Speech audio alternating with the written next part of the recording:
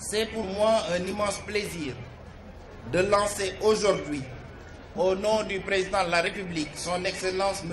Macky Sall, les travaux de reconstruction de la route Fatick-Kaolack.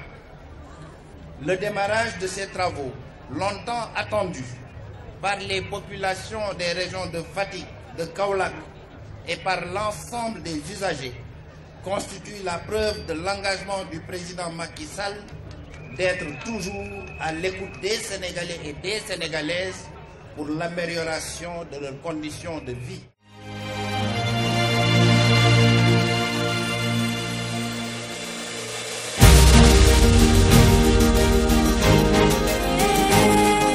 « 41 km séparent les deux capitales régionales du Sine et du Saloum sur la nationale 1, Fatick-Kaolack. Aujourd'hui, c'est un ouf de soulagement qui se dégage chez les populations riveraines, les usagers de la route et les transporteurs qui se rendent dans le sud du pays ou dans les pays limitrophes. Parce que Jean Lefebvre m'a dit mais cette fois-ci, c'est formidable.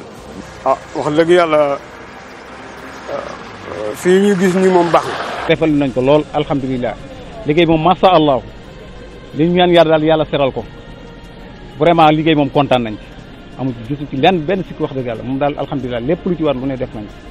Fini le calvaire d'une route dégradée, fini les longues heures pour allier Fatick et Kaolack, fini les accidents dus à l'état de la route.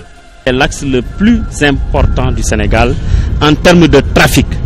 C'est-à-dire le trafic le plus important au Sénégal passe sur cet axe. Surtout en termes de poids lourds, il nous arrivait des fois de décompter jusqu'à 1000 poids lourds par jour. Une route flambant neuve d'un coût de 16,4 milliards de francs CFA, entièrement financée par le budget consolidé de l'État.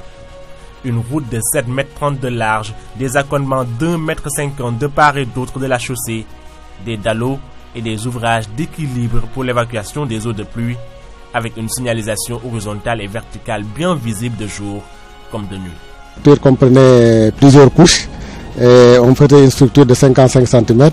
Il y a un décaissement de 25 cm en moyenne.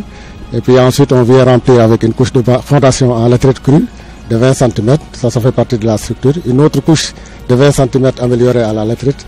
Et ensuite, une troisième couche qui est une couche de liaison qui est en grave bitume de 10 cm. Et puis enfin une couche de revêtement, de roulement en béton bitumineux de 5 cm. La structure a complètement changé. Comme l'a dit la mission de contrôle tout à l'heure, c'est une structure de 55 cm d'épaisseur.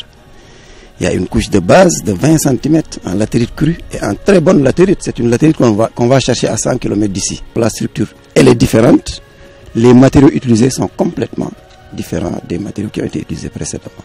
Maillon très important, la nouvelle route Fatick-Kaolack a fini de s'imposer au décor des corridors Dakar-Bamako, Dakar-Conakry et Dakar-Bissau. De par sa position géographique, l'axe routier Fatick-Kaolack joue un rôle stratégique tant au niveau national qu'international.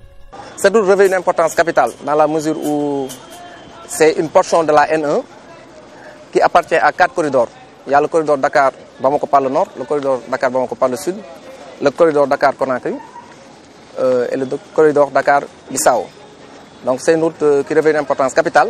Les déplacements des populations lors des événements religieux tels le Gamou de Maulana Cheikhoul Islam à Medina Baye, des évacuations sanitaires sont devenues plus faciles. La signalisation est en place. Donc nous avons mis en place un dispositif de signalisation et de sécurité, un dispositif adéquat qui prend en charge aussi bien les préoccupations des usagers que des riverains. Donc quand on parle de riverains, il y a les populations humaines, il y a également la population animale. L'entreprise a eu à mettre en relief des hommes capables de relever le défi, c'est-à-dire qu'on a eu à travailler avec la technicité et la capacité humaine qu'il fallait. Le défi matériel, parce qu'on a eu à mettre tout le matériel nécessaire, tout le tronçon Fatick-Kaolack, on a eu à souffrir d'aucun manquement par rapport aux apports matériels. On a eu aussi à relever le défi de la qualité des travaux. Parce que tout ce qu'on a eu à exécuter ici a été fait dans les règles de l'art. Dans ce projet, comme dans tous les autres projets, rien n'est laissé au hasard par le ministère des Infrastructures des transports terrestres et du désenclavement à travers l'AGEROUTE pour réaliser les objectifs fixés dans le plan Sénégal émergent par son Excellence le Président Macky Sall.